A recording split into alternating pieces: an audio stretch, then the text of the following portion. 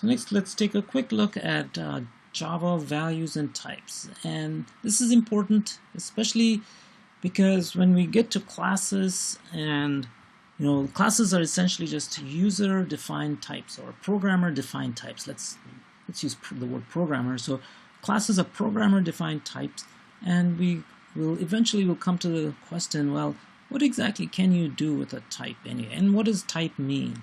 So let's back up and take a look at a very simple assignment statement or a declaration and assignment statement like this. Int speed is equal to 10. What does this int mean? An int means that you might say, oh, I know what it means. It's just an integer. But it goes a little bit more than that.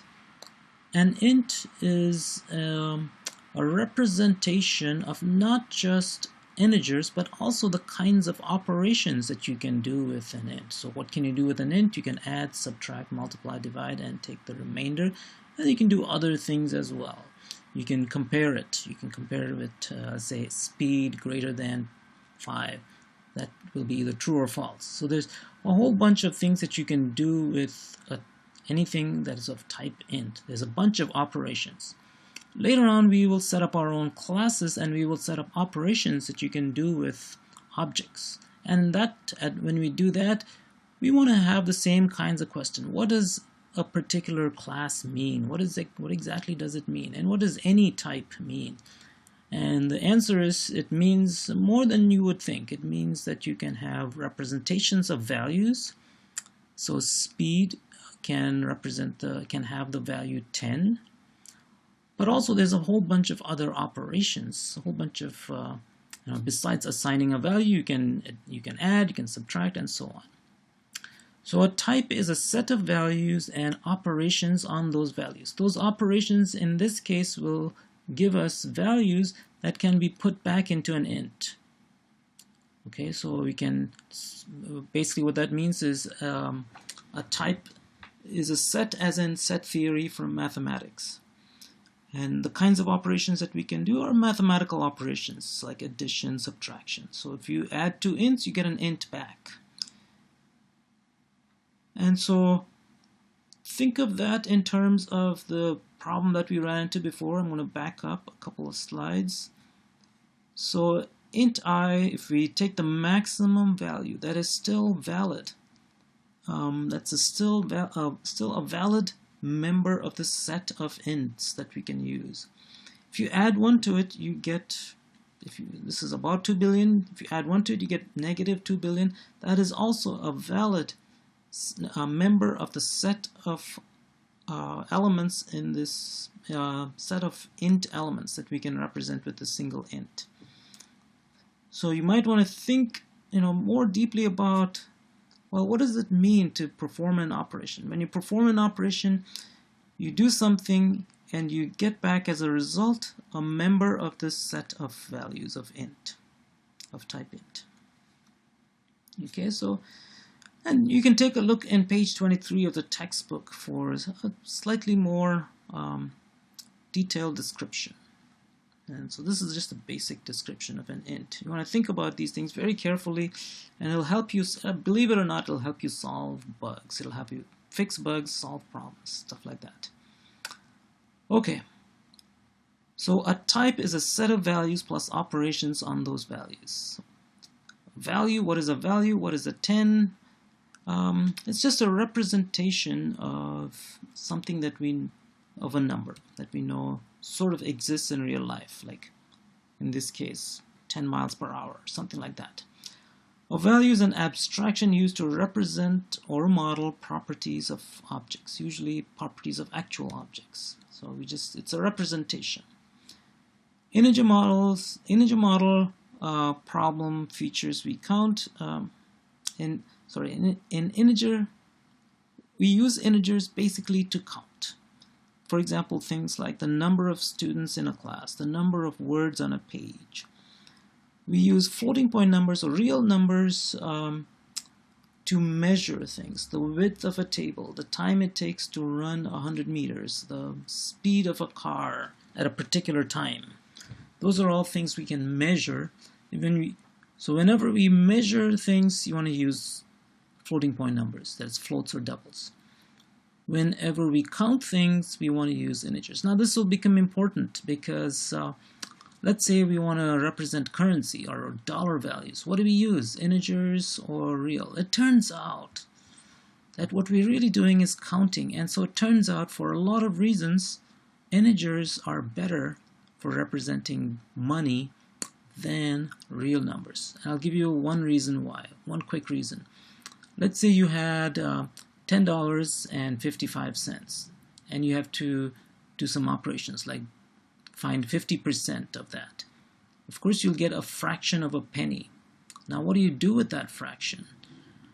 With real numbers you just assume that you have a fraction of a penny, and then somehow that gets counted as, as maybe not quite a penny, or maybe exactly a penny, a fraction of a penny.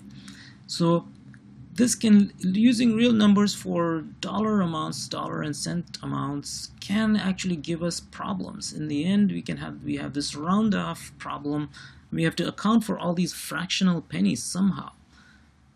If you use integers, you avoid that problem. You have to come up with a policy. Exactly what is a fraction of a penny? You can say, okay, we discard a fraction of pennies. We just say that it's 0. That would be more obvious if you use integers. So once again, if we're counting things like we do with money, you want to use integers. If you're measuring things like speed, width, height, time, things like that, you want to use real numbers or floats and doubles. So it's a very simple idea, but it's very important for when we design software projects. Okay, so let's take a look at the ranges of values that we can have. A byte can go anywhere from -128 to +127. This is 8 bits. And you can check it out. If you count the number of values that you can represent, it'll be 2 to the power 8. A short is 2 bytes, that is 16 bits, and if you count the number of values that you can represent from negative about 32,000 to positive 32,000 ... it'll be exactly 2 to the power 16, because a short is 16 bits long. An int is 4 bytes or 32 bits, and count the number of values that you can represent using an int, you'll get 2 to the power 32 exactly. Similarly for long, we saw this in the previous video. Long is 64 bits, and the number of values you can represent is 2 to the power 64. So this is a nice cartoon that I got from xkcd.com. Someone is sleeping and counting sheep, or trying to sleep, and counting sheep. 1, 2, you get larger and larger numbers, and you go from 32,767. The next number is minus 32,768, just like we saw in our Java program. What is this all about? This is definitely a computer science joke, but this is something that college students around the world see, and it's probably only the computer science people that really get what's going on over here at this point. And one of the hints that you get, or the tips that you get when you mouse over this, is that if androids someday do dream of electric sheep, don't forget to declare sheep count as a long int. So once again, computer science joke. Only computer science people would get it. So I recommend that you look at xkcd.com. There's a lot of nice things that are popular among college students, and there's a lot of things that are just specifically for computer science people. Okay, so values are grouped together according to the operations we perform in them. For example, ints, we use addition, subtraction, multiplication, division, and remainder. Double, we use the same kinds of things pretty much. Adding 1 to a positive int will give you a bigger number, except when you get to the largest positive value. Adding 1 to the largest positive value will give you the largest negative value. And for sure, this is a limitation of using hardware. Although this does not model how we count, this is how integer addition works in just about all programming languages. The only exceptions would be things like Mathematica, where they can use unlimited precision, and it's not really a programming language, really. Almost any real programming language, like, take your pick, C, Java, C++, C Sharp, Python, Perl, all of those things have this kind of limitation. For floating point literals, you have other rounding errors. You remember we saw that for doubles, 1.0 minus 0.9, we cannot really represent. Now, take a look at this. You say x is equal to 300,000, and you set up another float, y is equal to x plus 0.02. You think, well, that should be doable because you can represent really large numbers with floating point numbers. Turns out this does not quite work as we would expect. So let's take a look at this. Let's just take all this stuff out, and let's say float x is equal to 300, 1, 2, 3, and then dot 0, and then an f for floating point numbers. And then say float y is equal to 0.02 f for floating point numbers, because numbers without the f and with a decimal point are default to double precision. So now let's say float z is equal to x plus y, and we print out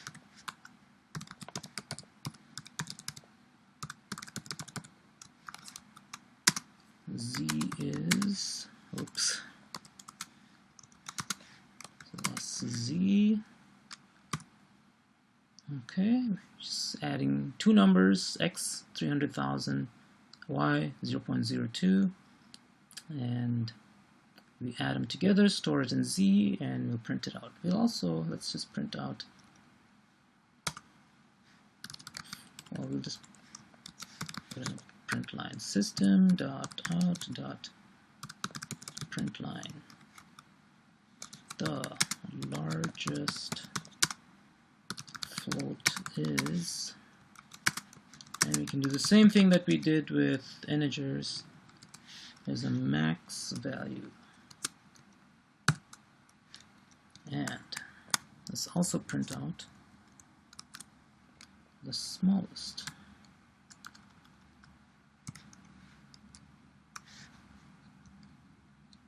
Let's do min smallest, okay.